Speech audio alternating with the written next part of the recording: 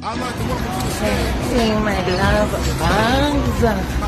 Oh, you hear the birds chirping, the sky aglow, clouds open, breaking glass ceilings. I hope all of you, my loves, are breaking out all the glass ceilings, not just today, but every day. Now, here's the thing.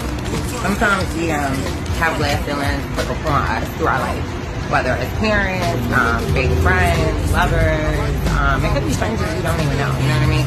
But just keep your energy so clean. I can't say that enough. I say that probably in every video I've had over the past month or so. Because there has been a really big uptick in jealousy, haterism, spiritual attack, and just overall foolery. You know, you can expect the shenanigans to again. And they're going to keep shenanigans, you know what I mean? So all you can do is keep yourself good, you know what I mean? Focusing on yourself is so fucking important. The reason these dumbasses is fucked up is because they focusing on you, baby.